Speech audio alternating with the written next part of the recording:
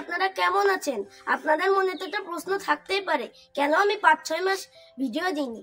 কারণ আমার পড়াশোনার চাপ ছিল, এই কারণে আমি ভিডিও দিতে পারিনি। যাই হোক, আজকের তো আমি আমার ভিডিও দিয়ে শুরু করব। আজকের আমার ভিডিও টপিক হলো তোলা বিজ্ঞানী আইনস্টাইন পাচ্ছি। চলুন শুরু করা যাক।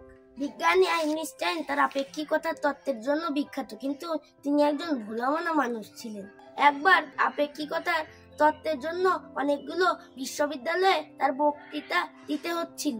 তার সাথে থাকতেন তার বিশ্বস্ত ড্রাইভার। তার বক্তৃতা চলার সময় তিনি পিছনের সারিতে বসে থাকতেন। একদিন আইনস্টাইনের বিশ্বস্ত ড্রাইভার আইনস্টাইনকে বলেন, স্যার, আপনার এই একই তত্ত্ব শুনতে শুনতে আমার মুখস্থ হয়ে গেছে, চাইলে আমিও এই বক্তৃতা দিয়ে দিতে পারি। আইনস্টাইন মজা পেয়ে বললেন, ঠিক আছে, আমি যখন পরের শহরে যাব তখন তুমি আমার হয়ে বক্তৃতা দিবে এবং আমি তোমার ড্রাইভার সেজে পেছনে বসে থাকবো। পরের শহরে পৌঁছানোর পর আইনস্টাইন এবং তার বিশ্বস্ত ড্রাইভার পোশাক অদল বদল করে নিলেন। তার বিশ্বস্ত ড্রাইভার শুট পরে মঞ্চে গেলেন এবং আইনস্টাইন ড্রাইভার সেজে পেছনে বসে থাকলেন। ড্রাইভার পুরো বক্তৃতাটি সুন্দরভাবে শেষ করলেন। বক্তৃতা শেষে একজন প্রফেসর ড্রাইভারকে জটিল একটি প্রশ্ন জিজ্ঞেস করলেন। ড্রাইভার একটু আগাবড়ে উত্তর দিলেন, এমন একটি সহজ প্রশ্ন আমি কেন, আমার ড্রাইভারও উত্তর দিতে পারবে।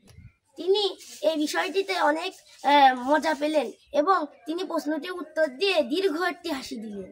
তো বন্ধুরা, আইনস্টাইন শুধু আত্মবলা মানুষও ছিলেন না, তিনি একজন মজার মানুষও ছিলেন।